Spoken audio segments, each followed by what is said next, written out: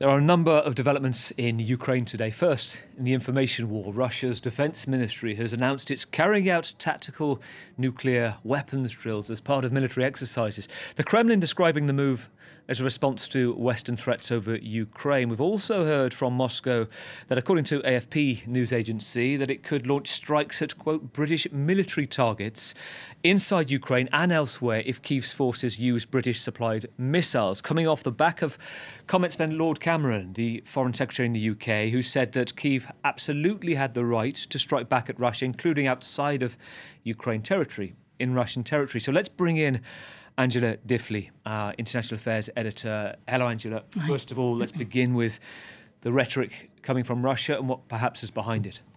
Yeah, so Russia has said they will be conducting nuclear drills in response to this, as they call it, provocation threat from various Western voices. And they have called in two ambassadors, the UK ambassador and the French ambassador.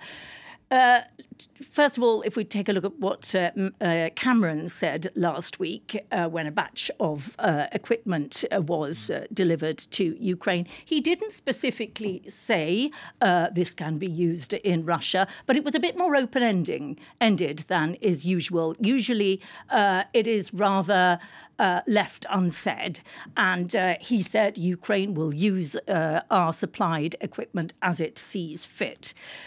And also last week, Emmanuel Macron, in a much publicised interview with The Economist, again refused to rule out boots on the ground in Ukraine. He refuses to broadcast red lines, and this has irked Russia too. Now, again, everything should be seen in a domestic context. Tomorrow is a major ceremony opening officially Putin's fifth term as president. There will also be a ceremony this week, their usual military day on the 9th of May. So it's all about, as well, pumping up Russia's importance and strength. So he will be doing that. Nevertheless, this is a new level of signalling. Doing nuclear drills is not unusual.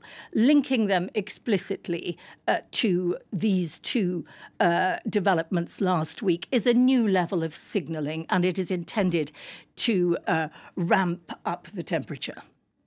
Meanwhile, on the ground in Ukraine right now, in the east, Russia saying today it's taken 2 more villages. Yes, reports of taking 2 more villages.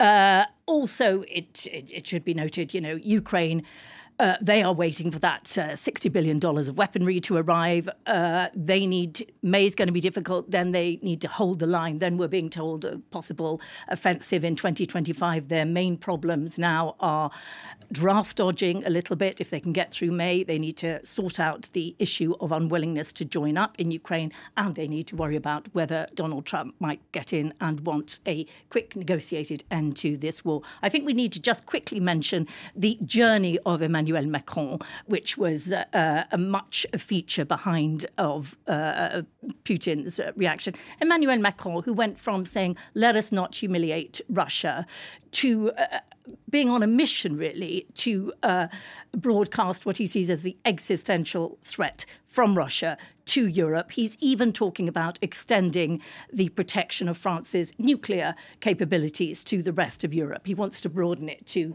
all of geographical Europe, pulling together and manufacturing more, because he's really worried. It's an interesting moment for it to happen. Angela, thank you. Angela Diffley, our International Affairs Editor.